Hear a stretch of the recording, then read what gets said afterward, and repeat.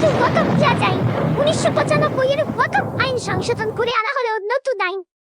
গত বছর আগস্টে সংসদে বিল প্রথম আনা হয়, তারপরেই বিতর্ক শুরু হয়। জেপিসি গঠিত হয়, অনেক বৈঠক হয়। একটি বৈঠকে মারামারিতে নাম জড়ায় তৃণমূল সাংসদ কল্যাণ বন্দ্যোপাধ্যায়ের। অবশেষে 3রা এপ্রিল লোকসভা এবং 4 এপ্রিল রাজ্যসভায় পাস হয় ওয়াকফ বিল। 5 এপ্রিল বিলে সই করেন রাষ্ট্রপতি। অন্যদিকে আইনকে চ্যালেঞ্জ করে সুপ্রিম কোর্টে পিটিশন দাখিল করেছে বিরোধীরা। প্রসঙ্গত, ইসলাম মতে ধর্মীয় বা সমাজ সেবামূলক কাজের উদ্দেশ্যে যে জমি বা সম্পত্তি কোন মুসলিম দান করে যান, সেটাই ওয়াকফ সম্পত্তি। এই সম্পত্তি রক্ষণাবেক্ষণের দায়িত্বে থাকে ওয়াকফ বোর্ড। সরকারের দাবি কি? এই আইন কার্যকর হলে ওয়াকফ সম্পত্তির বিল বন্টনে সুবন্দোবস্ত হবে, আসবে স্বচ্ছতা। যেহেতু বিভিন্ন ক্ষেত্রে অনেক মানুষ বোর্ডের সদস্য হতে পারবেন, সেহেতু গঠনমূলক সিদ্ধান্ত উঠে আসবে। দেশের যত্রতত্র পড়ে থাকা ওয়াকফ সম্পত্তির নথিভুক্তিকরণ হলে সেটার তথ্য থাকবে সরকারের এবং ওয়াকফ বোর্ডের কাছে। ফলে সেখান থেকে যে আয় হবে তারও হিসাব মিলবে। সেই সব আয় টাকা দরিদ্র মুসলিমদের উন্নয়নের কাজে লাগবে। কেন বিরোধিতা?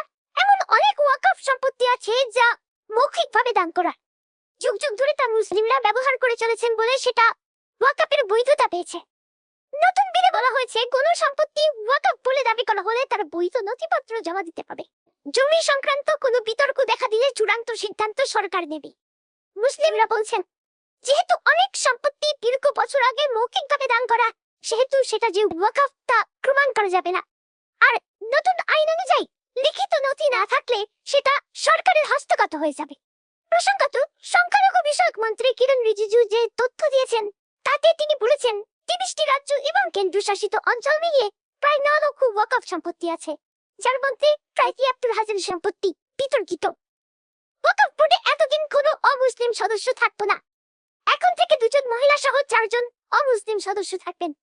এখানেও আপত্তি উঠেছে। এতদিন ওয়াকফ সংক্রান্ত কোনো আইনি ঝামেলা সামলাতো ওয়াকফ ট্রাইব্যুনাল। এখন এই সমস্যায় কেউ আদালতে যেতে পারবে। নতুন বিলে বলা হচ্ছে, ওয়াকফ আইন বলবৎ হয়ে যাওয়ার 6 মাসের মধ্যে সব ওয়াকফ সম্পত্তির নথিভুক্তি করতে হবে এবং তা ওয়াকফ বোর্ডে জমা দিতে হবে। বহু বছর ধরে মৌখিকভাবে দান করা সম্পত্তির নথি কিভাবে 6 মাসের মধ্যে জমা দেওয়া সম্ভব তা নিয়ে রীতিমতো চিন্তায় মুসলিমরা। ওয়াকফ সম্পত্তিতে এখন থেকে সমীক্ষা চালাতে পারবে সরকার। এখানে মুসলিমদের একটা বড় অংশের প্রশ্ন, কিভাবে তাদের ওয়াকফ সম্পত্তি কেড়ে নিতে পারে সরকার?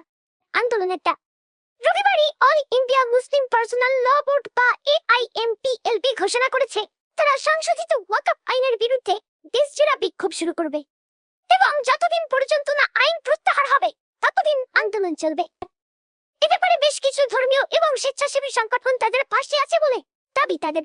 AIMPLB সাধারণ সম্পাদক মৌলানা মোহাম্মদ ফজলুর রহিম মুজাদ্দি পরিষ্কার জানিয়েছেন, সারা দেশে তারা প্রতিবাদ বিক্ষোভ মিছিল করবেন। যদিও কেন্দ্রে সুরে সুর মিলিয়ে মুসলিমদের আরো একটা পক্ষ অবশ্য দাবি করছে, এর ফলে লাভবান হবেন দরিদ্র অসহায় মুসলিমরা। আইন কার্যকর হলে কি হয় সেদিকেই তাকিয়ে মুসলিম সমাজ সহ সারা দেশ। ক্যালকাটা নিউজ।